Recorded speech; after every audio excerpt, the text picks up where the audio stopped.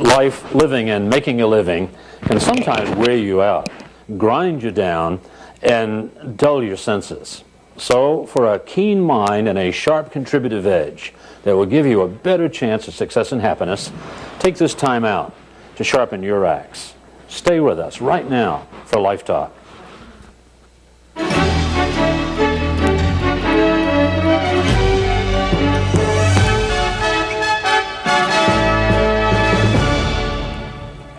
Hello, I'm Gina Fitt, and you've either surfed to or purposely selected Life Talk with Vern Moses. Welcome to another in our series of ongoing verbal essays brought to you in this television format. It's great to have you with us today. Vern, it seems like we've covered every topic you can imagine.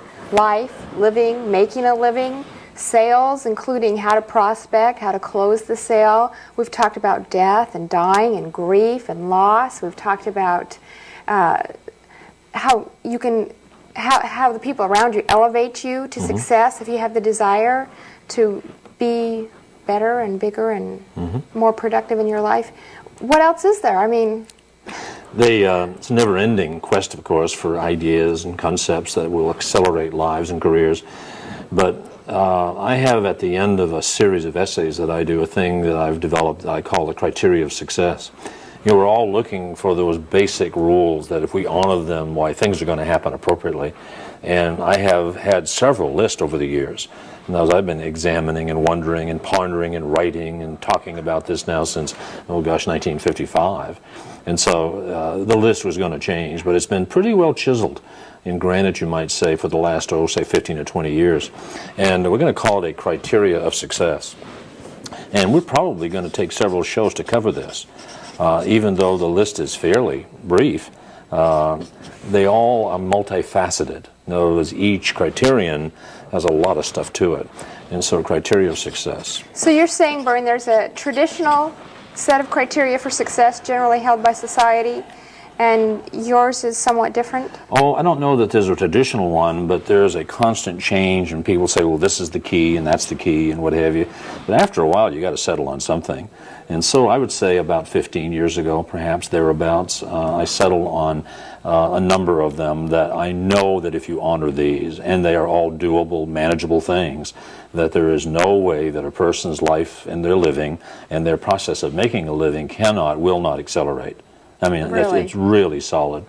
A criteria of success, very quickly I can get, so one of the things is time consciousness.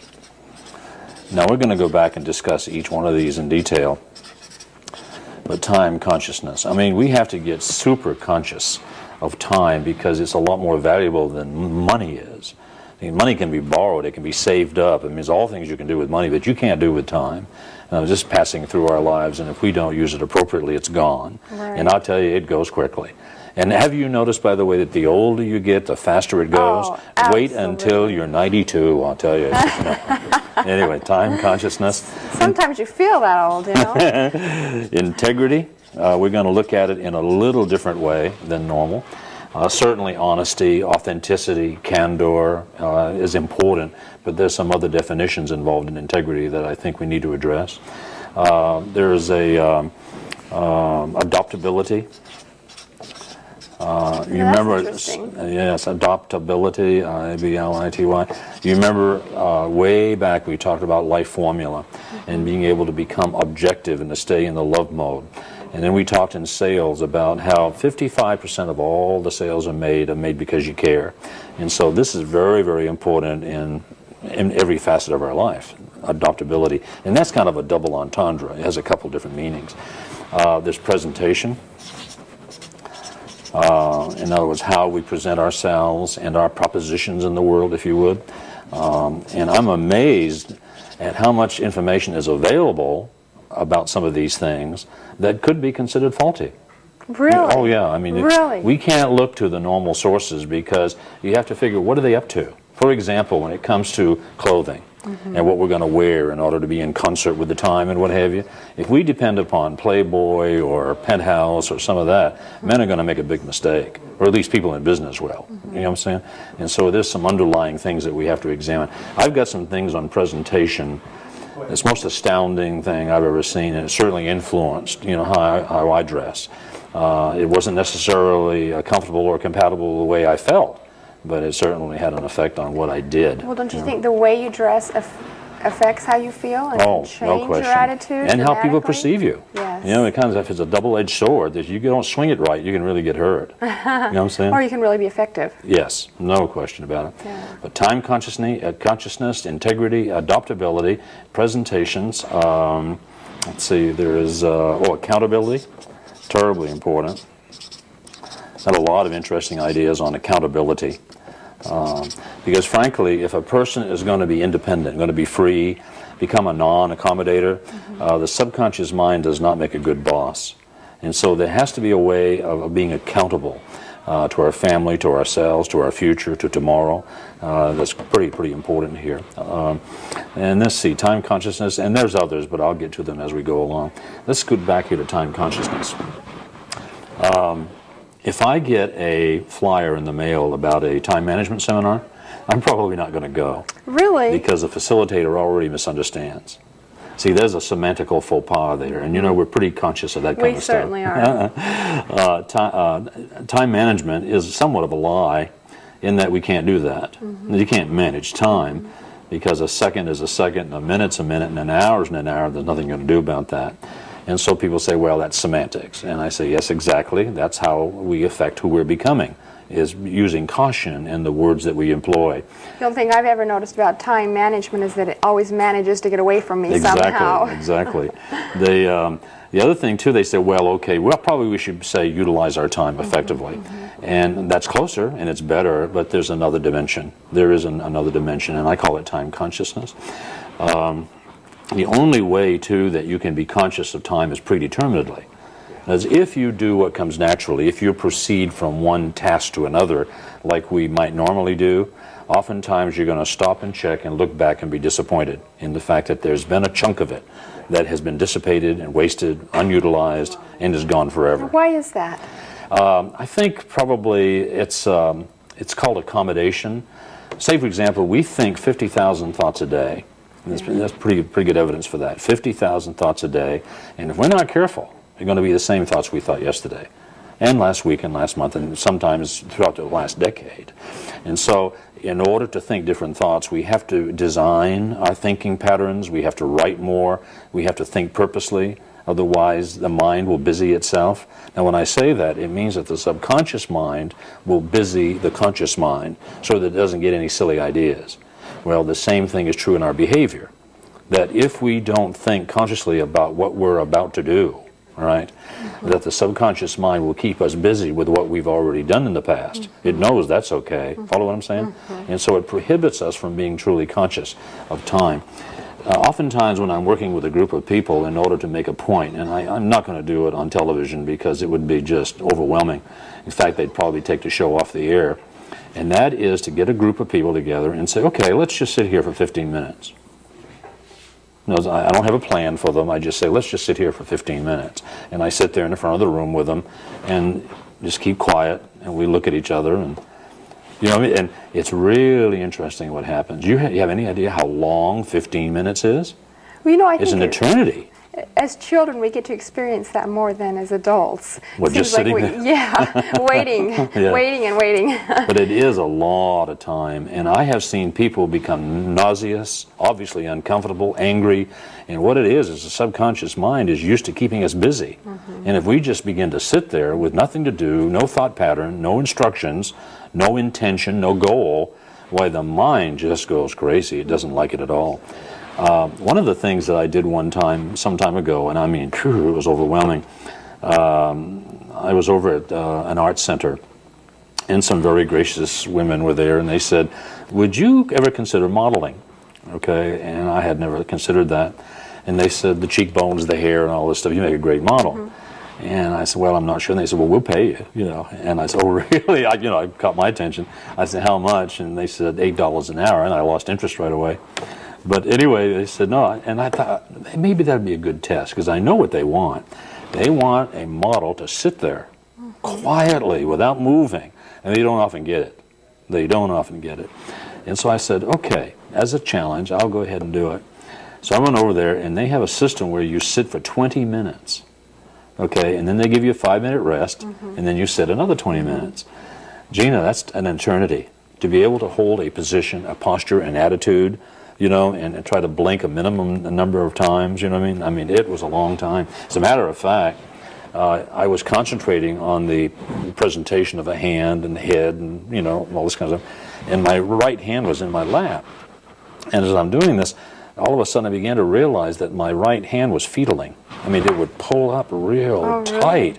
Yeah, in other words, the body begins to take over, and this is why I guess when we are comatose, well, we tend to go into a fetal position. It's an innate thing, evidently. But time is just ominous, that is, as it weighs on you. And so we say time consciousness. For example, how many people do you think out here will waste 10 minutes a day? Oh, I think we all do. Oh, yeah. I think we waste far more than 10 minutes a day. I would say so. And say 10 minutes, I mean, no big deal. But you take 10 times 300, that's 3,000 minutes. You divide that by 60, that's 50 hours out of your year. That's a long work week gone without pay. And now it's not 10 minutes a day, is it? It's an hour a day. Right. I'd say at least. Yeah, at least an hour a day. And so you're talking about 300 hours divided by a 50-hour work week. That's 6 weeks that you've lost out of your year. You know, if you dissipate an hour. I'd say if you work an 8-hour day, you probably waste an hour of that 8 hours at work. And who knows how much more we waste at home. Oh. I think we waste quite a bit at home between flipping channels exactly. over and over and over again without focusing on anything. Or yeah, and I don't want to convey that we should go rushing through life. I don't think that at all. You can just kind of pace yourself and take your time, not dawdle necessarily and yet not rush, but find a way to use the time as it passes through and you buy a whole new day. You ever heard the expression, so much to do, so little time? I have some concepts that we teach in here that you can actually turn that around and say, so much time and so little to do. Because you can actually buy an extra day or 2 or 3 within a given day. Now, I will admit, societally speaking, most people have a job. You know, they go to work at 9, get off at 5, and they're going to get a check at the end of the week, and in the interim, the work flows to them, and they get it done. Their good work is good hands. I mean, okay? But they want that time to go by as quickly as possible. You know what I mean? In other words, thank God it's Friday, and they're looking at the clock at 5. They can hardly wait to go. I never felt that way. I always felt incredibly frustrated and uneasy to think about the day going by. I felt like here's a whole other week of my life gone. Gone, yeah. And what have I done with it? While you had a job, you mean? I sold it to someone. Yeah. Oh, there you go. I've sold my life, another week of my life to an employer for a paycheck. Exactly. Am I getting rewarded for my efforts appropriately? I mean, it's a scary thought. And yet, since it was a fixed thing, why we kind of want our day to go by quickly. But I'm contending that if you're in business for yourself, if you're in sales, or if you're in business and you're a free spirit, you would like to have as long a day as possible so that you could capitalize on that time as it passed through. And so time consciousness is the way to do it. And the only way to do that is predetermination. In other words, remember in puzzling we talked about the peak-to-peak principle to progress? Where you predetermine what you're about to do, evaluate the effect that's going to have on the completion of a task, a mission, or a goal, okay, and then act on it. I mean, do whatever that is, coming out of the experience, knowing it was the appropriate thing to have done. And that being a peak experience, we said, how many could you have in a lifetime? Oh, infinite numbers. How many in a year? How many in a month? How many in a week? How many in a day, for that matter? Well, in 15-minute increments, you see, that's 4 times a 9-hour workday. I mean, everybody should work at least 9 hours. Actually, we should work a half a day. It depends upon which half. You know what I mean? But we'll say a 9-hour day. That means you've got 36 15-minute increments. And if our viewing audience would take the time to sit down quietly sometime without any agenda, just sit there for 15 minutes, it's a long time. And to realize you have 36 of those in a normally productive day is just incredible. And if indeed, if you take each one of those chunks of time, okay, and predeterminedly decide how you're going to use it, it's just amazing how much more we can get done. Because I know we have to think in terms of the fact that sometimes time flashes by and other times it drags depending upon our attitude and what we're doing. But see, that's only in an unconscious state. In a conscious state, you have an incredible amount of time at your disposal. And the only way to do that, though, is predeterminedly. And then you have to say, what is it I'm about to do for the next 15 minutes? I'm sorry, Right. I always like the statement, everyone has 24 hours in their billfold. How are they going to spend them? Exactly. And when you think about that, I think it helps you have a little more value to it. Because a lot of what we're talking about, too, is people in sales or business with themselves. And so if they have an intention of a certain amount of income for a year, then they have to divide that out to see how much each hour is going to have to be worth. Okay?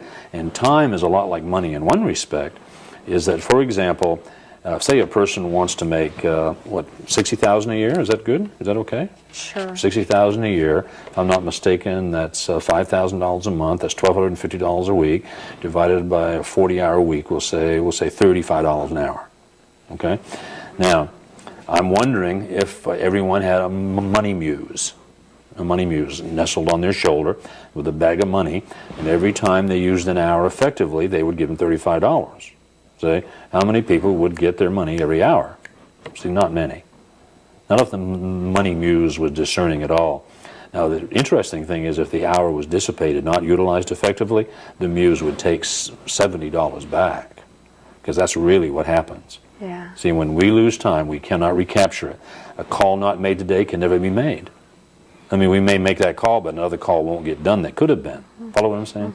And so being conscious of this is terribly important. From second to second, moment to moment, you're missing opportunities by not taking advantage of them. One thing, too, by the way, in compartmentalizing, do you remember what comes out of that? By taking short increments of time and moving to it on purpose, energy levels go way up. Stamina is increased, and your retentive or creative ability is enhanced. So you're much, much more productive. You've heard, perhaps you've met some of the success stories we've had where people have taken sizable businesses in selling and multiplied them by 300% and 400%, in less time. Okay, how did they do that? Through time consciousness. In other words, by compartmentalizing their day into short, manageable increments, predetermining what they're going to do in that, and just moving through it. And it's just incredible. You had something else, I know. Oh, I was just saying, I think one of the big things here is the same as if it's your own car, how do you treat it as opposed to a rental car? How do you treat that? And I think when we sell or rent our hours to an employer or to someone else, that time is no longer ours. Right. So we don't feel the responsibility to it that perhaps we do when it's ours. We certainly try to use our weekends with value, and they're precious to us. There is something to think about. Most people, I think, have a level of honesty about them. They don't mean to be a cheat. You know what I'm saying? Right. But the other day, we were determining approximately the number of people in the area that worked for the government, whether it be for the city, the county, the state, and the national government, okay? And we come up with, I thought, a reasonable figure. And then we multiplied an hour a day wasted by each one of those people, okay? And then over a year, it was nearly $2 billion a year in this market alone that was dissipated by unused time. $2 billion a year of taxpayer money, because this is not a criticism, it's just an awareness. The government doesn't earn any money. It doesn't create any money. It uses money, okay? So $2 billion a year in dissipated time by otherwise honest people. They don't mean to do that to us, but that's what's happening. And it's just immense how that stuff adds up. We do know, too, that, like I say, that if you move to it, energy levels go up, which means you can get more done in that space of time. But am I making any sense on this at all? I mean, this is a criteria. You have got to get super time conscious. And it occurred to me one of the other things that tends to happen for me anyway, I avoid the things I know I need to do sometimes. I'll avoid the most difficult task. I'll keep putting it off. And in the meantime, in order to salve my conscience, I'll engage in what really is busy work, not the most important essential things. Just because you put it off and you put it off, so you got to find something else to do until, it's time to go home. See, and that subconscious is working when you do that too, I think. So not only are you wasting the time where you should be doing the important thing, but probably a lot of other important things that would follow from that naturally by filling the space with. Do you have a list process that you use? Like when you make a list of things that you need to do? How do you categorize or prioritize them? I find that when I make a list, I'm much more effective, especially if I make a list and prioritize it. That makes a big difference. It's so easy to get off track if you don't. Your phone call comes in or someone wants something from you, and it can naturally lead in other directions, and you get off course. Something I've had pretty good luck with is when I make my list, people have ABCs and what have you. I've kind of gone to the thing where there's things I must do today, and things I should do, and things I'd like to do, should do and like to do. And if you honor that, it makes a big difference in your productivity. Because there's a tendency to do the things we like to do first. Yes. And that's a form of avoidance that the subconscious says, hey, you don't need to do this, we're going to survive, The must-dos usually are thriving issues, and you're in conflict with your subconscious mind right away, because it doesn't need to thrive, you know what I'm saying? So the must-dos, if you do those first, and should-dos. And they say, too, and I know you've heard this, to do first the things you want to do the least. Absolutely. And that frees your spirit. If you're going to swallow a goldfish, swallow the biggest one first. Oh, that's cool. No, the other ones go down easy. Right. I haven't heard that. Where did you hear that? I don't remember, but I thought that was pretty good. Do you swallow goldfish, Gina? I think we all do, some form or another, don't you? Figuratively, if not literally. Time consciousness. Integrity. If we go beyond honesty, candor, forthrightness, what are we talking about here? Do you have a sense of that? What do I mean by integrity? Well, I don't know if this is something we've spoken about before or not, but when I think of integrity, I always think of structural soundness. Structure, yeah. I think of a person as, see, a lot of what we're talking about, too, is independence and freedom, which comes only in creative direct selling, maybe multi-level marketing, maybe being in business for yourself. That's where the freedom seems to be. And in order to maintain and to thrive in those environments, you must have structure. In other words, verbal structures. In other words, for example, an unscripted salesperson, and we're going to talk about that down here in presentations, an unscripted salesperson will waste a lot of time and probably end up misrepresenting his product or service, or her product or service, because without that script that's carefully aligned to tell the truth in a pure, concise way, it's so easy to raise an eyebrow, to smile at the wrong time, and to give a false conclusion. It's really inappropriate. But structure, but with what? Flexibility. See, integrity, like an airplane, has to have integrity. It has to be strong structurally so that it'll hold the engine and the people and the luggage and all that, and yet it's got to be flexible. You've flown during a storm. You look at that window and see that wing almost flapping, Right. And it's pretty apprehensive. Or a high-rise building during an earthquake. Yeah. Well, and not even an earthquake, I'll tell you. There was a building. High wind. I think it was a Republic National Bank building in Dallas, Texas. I used to live there some years ago. It's the big building with the green border. I don't know if you've ever seen Dallas skyline or not, but it's a pretty awesome building. And at the top of the building, all they had was a shin-high rail around it. Oh, really? Yeah. And I don't know what they were up to, but the kids found out about it, my kids among them. And what they would do is they'd go up there and go out on the roof and test themselves by walking to the edge and standing there. Now, it's bad enough just doing that, just the idea of it, because that railing was only about shin high. But the thing is, they were conscious of the building's movement. It would move like 12 to 15 feet in normal winds. Oh, you're kidding. Yeah, and can you imagine, just the idea of that is enough to make my knees shake. Just incredible. But it has to have that flexibility. It would break, Same thing with a ship. Oh, I went aboard a aircraft carrier. That had to be 1951. I went aboard the FDR, and I was in the Navy at the time, and didn't want to be on board. My first baby was about to be born, and I wanted to be, ashore. But there I was on the FDR, and one of our first nights out, we went down into the hangar deck, and it's massive. I mean, that's like a floating city. And we were down there, and it was pretty high seas. I mean, those waves were lapping high onto the structure. And, you could see that ship bending. And, it gives you pause for thought. Was it scary? Oh, yeah. Pretty high seas, and that thing was really bending. And you just imagine what it was like in the destroyers outside. Oh, yes. Who were trying to keep up with the ship, cutting through waves. They have flex plates on destroyers that, that thing is just moving. Kind of like the wings on an airplane. You know what I mean? In other words, the flexibility of it. So structure with flexibility. When it comes to example, preparing yourself to present a product, to have a script, a basic script that's complemented, if you would, by a whole lot of other script that you can pull in when it's necessary, that gives you flexibility. Flexibility would not mean lack of structure or spontaneity. You know what I mean? It means prepared flexibility. And that's the same thing as the kind of integrity we're talking about in a building. Or A this choice kind of appropriate options. Exactly. Yeah. Exactly. In what you're doing, are you conscious of scripting? I mean, are you familiar with, do you have script that you use? Oh, absolutely. Yeah, good. Yes, you need to. You always need to. Because otherwise, if you call on a client, I'm in sales, if you call on a client and you don't have a plan for the meeting, you can easily waste the time. Oh, exactly. Easily waste the time. Your time and their time, and it is very valuable. And you'll come away, you may have had a great conversation about what you did this weekend or what the boss is up to or anything like that, but you don't have the information that you need to make proper decisions to help them to accomplish their goals, much Good. less accomplish your own. Good for you. The integrity is a major issue. So now we have time consciousness, integrity, adaptability. It's that capacity that we have to get more and more in touch with our lovability. In other words, remember in Life Formula, it's the idea of getting into the love mode and staying there. In sales, we talked about 55% of the sales come from the fact that you care, not just about the sale and about your pocketbook, but you care about the person that you're with. Absolutely. And that transmits itself as authority. And when they understand that you're there for their sake, not yours, then they're able to maybe move in a way to try to do business with you if they can.